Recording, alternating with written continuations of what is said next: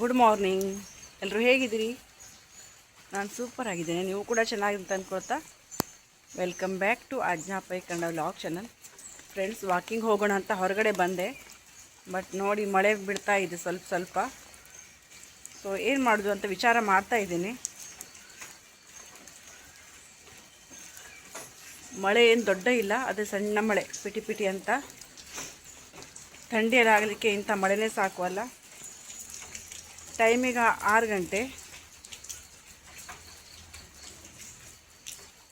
ವಾತಾವರಣ ಎಷ್ಟು ಕೂಲಾಗಿದೆ.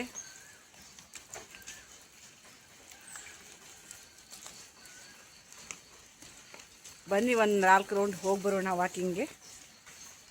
ಬೇಡ ಅಂದರೆ ಹಾಗೆ ಇರುತ್ತೆ. ಸೊ ಈಗ ವಾಕಿಂಗ್ಗೆ ಹೋಗ್ತೇನೆ. ಬೆಳಿಗ್ಗೆ ಹೀಗೆ ಅಂಗಳದಲ್ಲಿ ಸ್ವಲ್ಪ ತಿರುಗಾಡಿದ್ರೆ ಮನಸ್ಸಿಗೆ ಫ್ರೆಶ್ನೆಸ್ ಬರುತ್ತೆ. ಈಗ ಮುಗಿಸ್ಕೊಂಡು ಬಂದೆ, ಜಸ್ಟ್ ಈಗ ಬಂದೆ. ಈಗ ನಿನ್ನೆ ಸಾಂಬಾರು ಮಾಡಿಟ್ಟಿದ್ದೆಲ್ಲ ಅಣಬೆ ಸಾಂಬಾರು, ಅದನ್ನೆಲ್ಲ ಬಿಸಿ ಮಾಡಬೇಕೀಗ. ಬಿಸಿ ಮಾಡಬೇಕು. ಎಷ್ಟು ದಪ್ಪ ಆಗಿದೆ ನೋಡಿ. ನಿನ್ನೆ ತೆಳ್ಳಗೆ ಇತ್ತು, ಈಗ ಗಟ್ಟಿಯಾಗಿದೆ.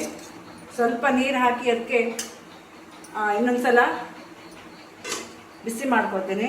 ಹಿಟ್ಟು ಕೂಡ ರೆಡಿ ಮಾಡಿಟ್ಟಿದ್ದೇನೆ ನೋಡಿ. ಉದ್ದಿನ ಹಿಟ್ಟು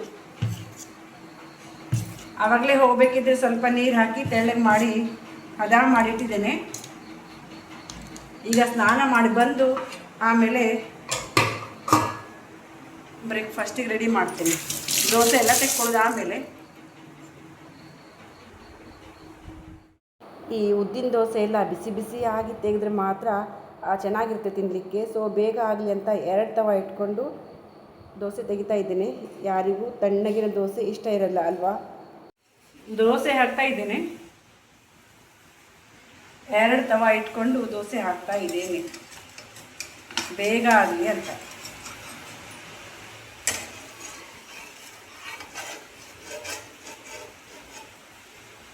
ಇವತ್ತು ಫುಲ್ ಮಳೆ ವಾತಾವರಣ, ಜೋರು ಮಳೆ ಬಿಡ್ತಾ ಇದೆ.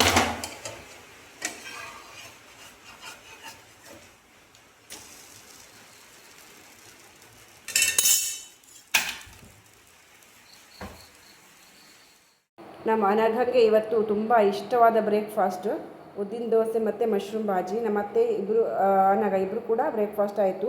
ಅವ್ರದ್ದಾದ್ಮೇಲೆ ನಾನು ಬಿಸಿ ಬಿಸಿ ದೋಸೆ ತಗೊಂಡು ನಾನು ಕೂಡ ಬ್ರೇಕ್ಫಾಸ್ಟ್ ಮಾಡ್ತಾ ಇದ್ದೀನಿ. ಬಿಸಿ ಬಿಸಿ ದೋಸೆ ಅಂದರೆ ಇಷ್ಟ.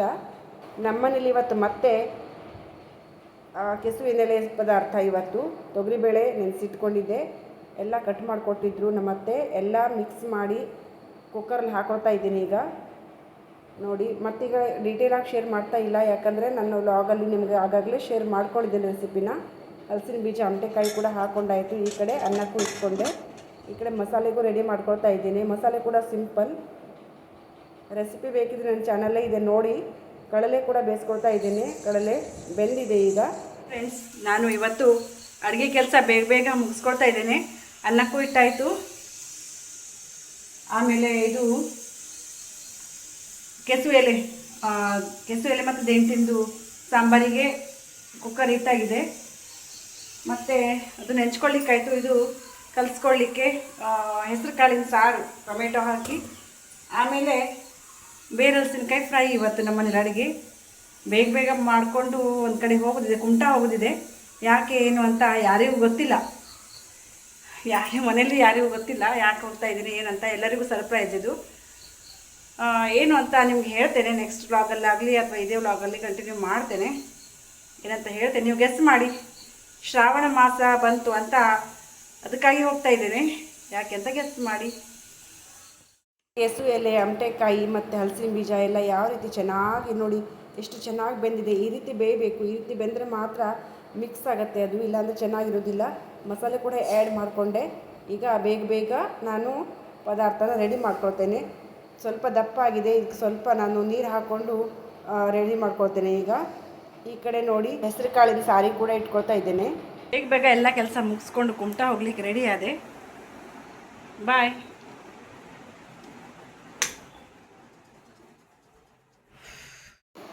ಫ್ರೆಂಡ್ಸ್, ನಮ್ಮ ಮನೆಯವರು ಆಟೋ ಮಾಡಿಕೊಟ್ರು, ನನಗಲ್ಲ. ನಮ್ಮ ಶಾಪಿಂದ ತುಂಬ ಸಾಮಾನೆಲ್ಲ ಹೋಗೋದಿತ್ತು. ಹಾಗಾಗಿ ಆ ಆಟೋದಲ್ಲಿ ನಾನು ಸ್ವಲ್ಪ ಜಾಗ ಮಾಡ್ಕೊಂಡು ಹೋದೆ. ನಾನು ಮನೆಯಿಂದ ಹೊರಡಬೇಕಿದ್ರೆ ಎಷ್ಟು ಬಿಸಿಲಿತ್ತಂದರೆ ಉರಿ ಬಿಸಿಲು, ಆ ಥರ ಬಿಸಿಲಿತ್ತು.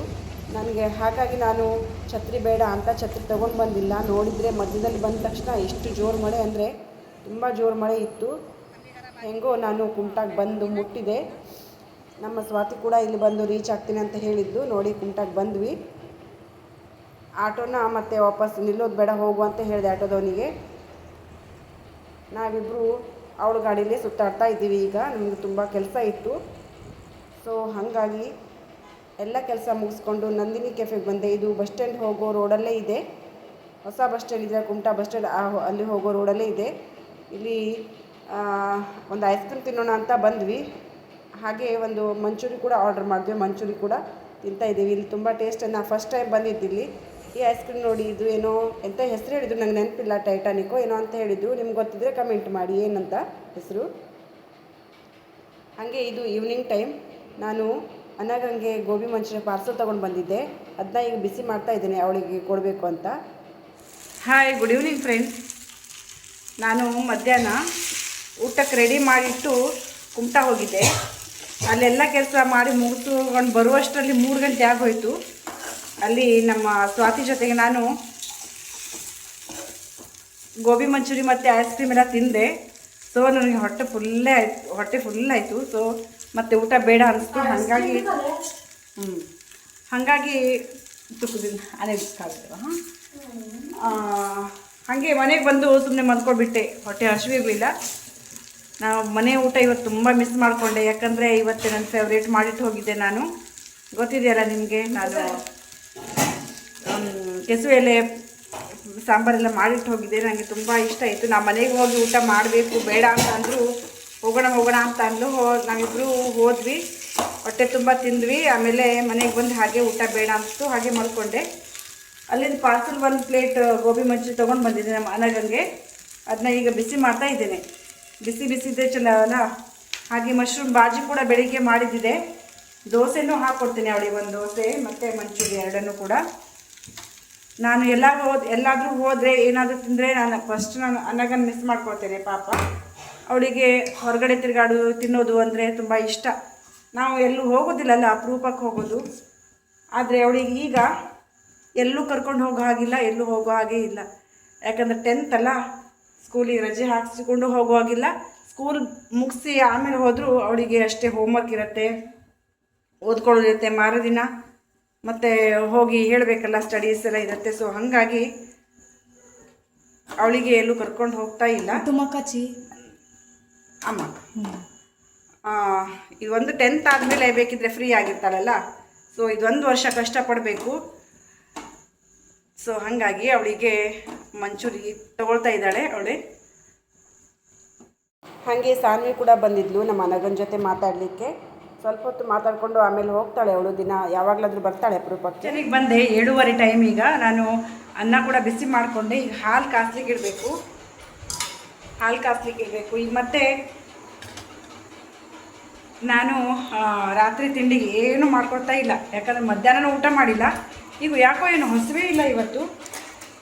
ಹಸಿವೆ ಇಲ್ಲ ಒಂದು ಸ್ವಲ್ಪನೂ ಹಸಿವೆ ಇಲ್ಲ. ನಾನೀಗ ರಾತ್ರಿ ಏನೂ ತಿಂಡಿ ಮಾಡ್ತಾ ಇಲ್ಲ. ನನ್ನ ಹಸ್ಬೆಂಡ್ ಕೂಡ ಊಟ ಮಾಡೋದಿಲ್ಲ ಅಂತಂದರು. ಸೊ ಹಾಗಾಗಿ ಏನೂ ಮಾಡೋ ಕೆಲಸ ಇಲ್ಲ. ಕೆಸುವಿನಲ್ಲಿ ಪದಾರ್ಥ ಇದೆಯಲ್ಲ ಅದನ್ನೇ ಸ್ವಲ್ಪ ತಿನ್ನೋದು. ಹಾಗೆ ಏನೂ ನೆಂಚ್ಕೊಂಡು ಹಾಗೆ ಎಂಥ ನೆಂಚ್ಕೊಳ್ಳಿಕ್ಕೇನು ಮಾಡಲಿಲ್ಲ, ಅಂದರೆ ಹಾಗೆ ತಿನ್ನೋದು. ಫ್ರೆಂಡ್ಸ್ ನೋಡಿ, ನನ್ನ ರಾತ್ರಿಯ ಊಟ ಇದೆ.